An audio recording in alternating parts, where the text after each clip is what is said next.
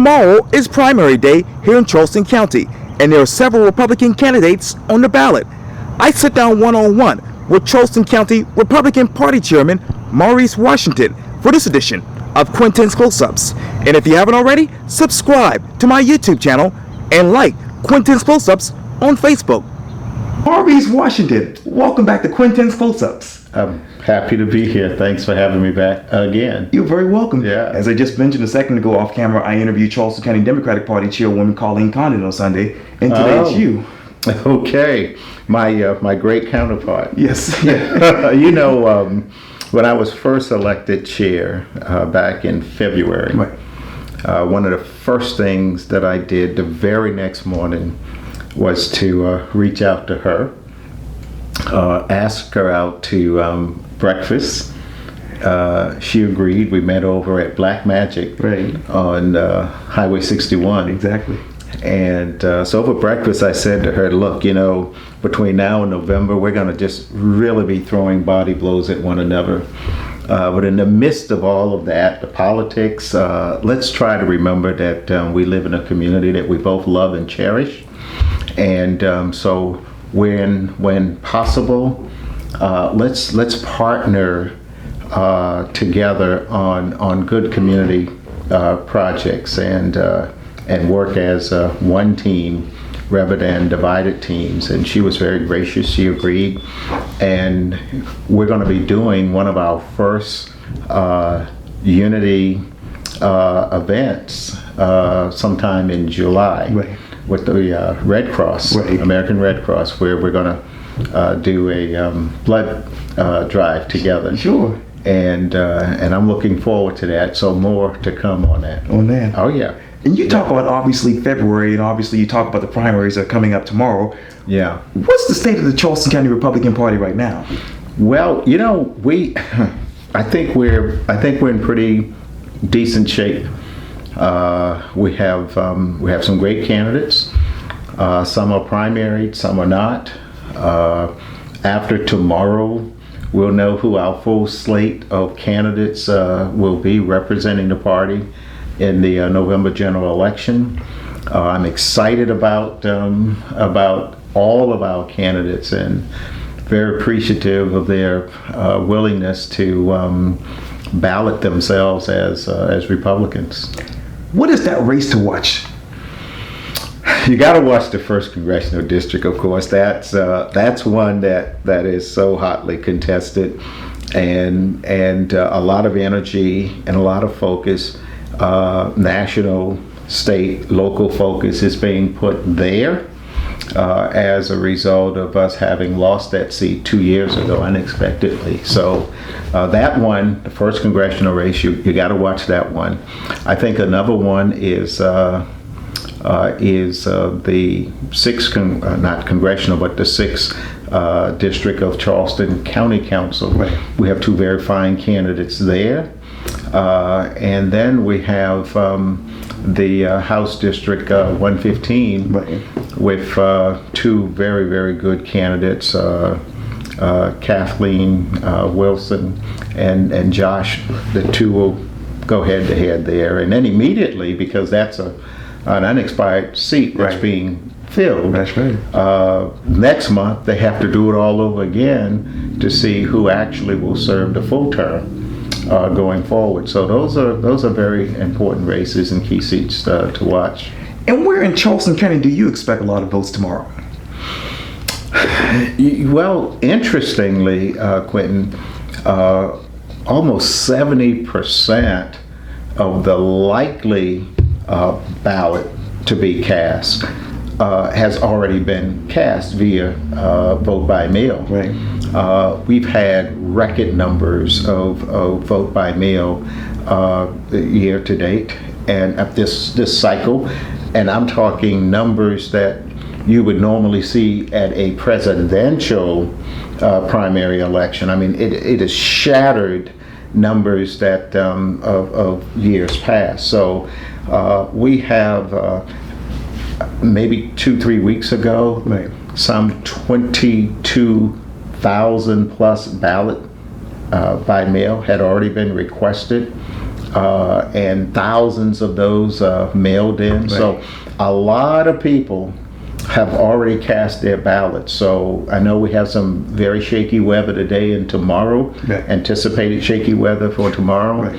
So fortunately, a lot of people have already done their exercise, their right to cast ballots, and so that's a good thing. So I think that the numbers are going to be higher than normal tomorrow. No one done tomorrow. Yeah, Absentee voting. yeah. What particular race from the Charleston County Republican side will be beneficial to those particular, obviously, candidates? On the absentee side, I go back to the first congressional. Sure. Because again, a lot of money, a lot of energy, and for good candidates, great candidates in that race, it's becoming, as one would expect, a bit more contentious the closer we get to election day itself. So any early voting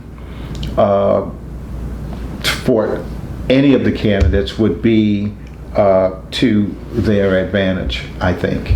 What makes this primary unique? You've ran many races as a candidate, Yeah. from mayor to the state house. What makes this one so unique? Well, when you look at what's happening in America right now, and what's happening here locally, you know, people are fighting and wanting change, particularly on the social justice side.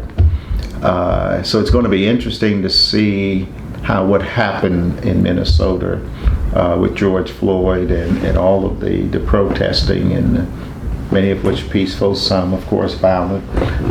It's going to be interesting to see how that spillover on election day tomorrow, and the potential impact of that.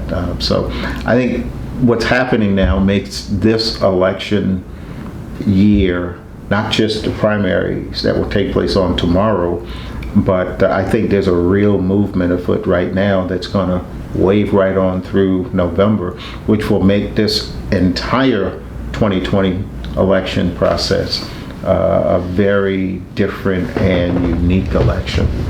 George Floyd. How do you describe that situation and that person in 4 words? I could do in one. I mean, just terrible. When I first saw the raw video footage, I posted the video to the Charleston County Republican website, and that's not norm, right? So that's against the norm, against the grain. But I was so deeply angered, concerned by it. I posted it, and I just wrote a little caption that read, unarmed, handcuffed, not resisting, repeatedly saying, "I can't breathe." Everything imaginable is wrong with this. That's all I said. And it set off a series of responses, as it should have. And I'm real pleased to say that with the exception of maybe 1 or 2 of the thousands of people that poured their thoughts into the post, it was literally universal concern about just how wrong that whole thing was, and the fact that it shouldn't be happening, not just in America, but nowhere in the world. If you put aside the primary in the election, where should the conversation about racism go next? Well, I think we put so much of the conversation on police injustices, which is a great place to place emphasis, right? But when you think about it, of the 7,000 plus African Americans murdered every year, only about 3-4% of the murders is from police officer to an African American. There's another 96, 97% out there that we're not addressing. So I think we have an opportunity to maybe bring about systemic changes this time around, where we may have missed the mark in past years. Here's a chance for us to learn, because it almost always go back after a while, when the marches stop, back to what business as usual. So not only should we be demanding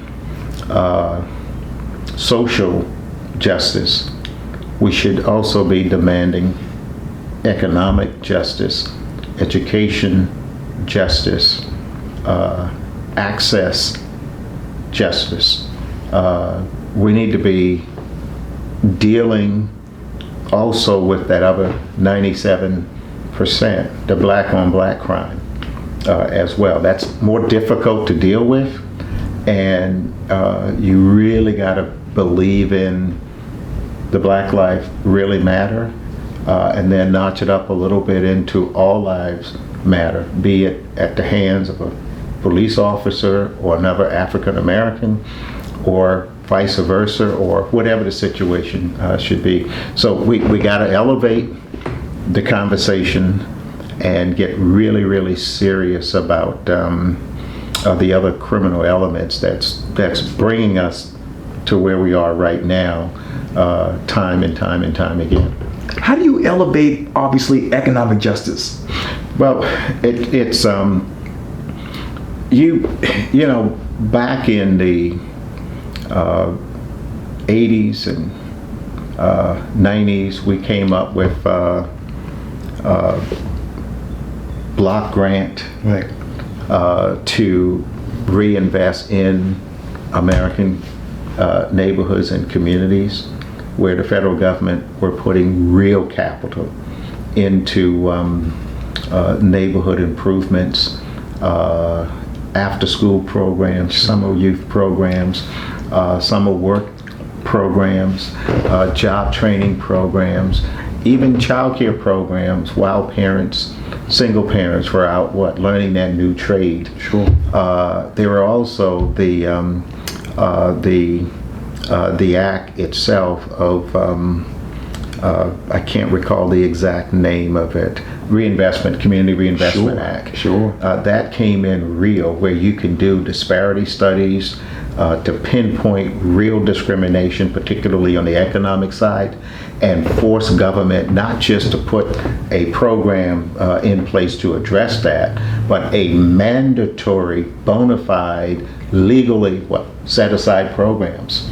I think we might have to reach back and look at those things that worked back then, that were later abandoned because some folks yelled reverse discrimination, which then just set us back years and years and years. Look, we have to be more tolerant of a disadvantaged segment of our community, primarily people of color, getting their fair share, even if it means momentarily disadvantaging people of other race.